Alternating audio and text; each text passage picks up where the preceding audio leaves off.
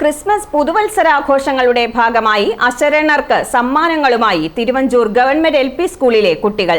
അധ്യാപകനായ Sam P എബ്രഹാമിന്റെ പരിശീലനത്തിൽ 4ാം ക്ലാസ്സിലെ 12 കുട്ടികൾ അടങ്ങുന്ന കരോൾ സംഘം അയർക്കുന്നം ഇല്ലിമൂലയിൽ പ്രവർത്തിക്കുന്ന ആശ്രയ സ്നേഹവീട്ടിലാണ് ആദ്യം എത്തിയത്.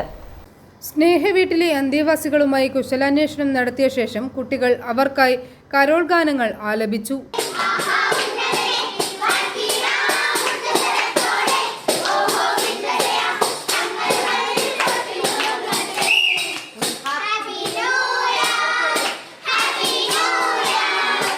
കുട്ടി സാന്താക്ലോസ് എല്ലാവരിലും കൗതുകമുണർത്തി. ചിലർ സാന്തായ്ക്കൊപ്പം ചുവടുവെച്ചപ്പോൾ മറ്റു ചിലർ താളമടിച്ചു പാട്ടുപാടി. സാന്ത ഹസ്തദാനം നൽകിയപ്പോൾ എല്ലാ കണ്ണുകളിലും തിളക്കം.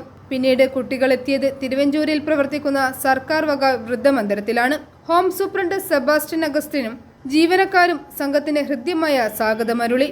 സദനത്തിലെ അന്തേവാസികൾക്കായും കുട്ടികൾ ഗാനങ്ങൾ ആലപിച്ചു. പിറന്നാൾ ദിനത്തിലെ ചോക്ലേറ്റ് വിതരണം ഒഴിവാക്കി കുട്ടികൾ സമാഹരിച്ച തുകയും പുതുവത്സര സമ്മാനവും സ്നേഹവീടിനു വേണ്ടി രാജു സാറും വൃദ്ധസദനത്തിനു വേണ്ടി സൂപ്രണ്ടും ഏറ്റുവാങ്ങി. വിദ്യാലയം സാമൂഹ്യ പ്രതിബദ്ധതയുടെ നന്മയുടെ പാഠങ്ങൾ പുതുതലമുറയ്ക്ക് പകരുന്നുവെന്ന് ചടങ്ങിൽ സംസാരിച്ച ഹോം സൂപ്രണ്ട് അഭിപ്രായപ്പെട്ടു.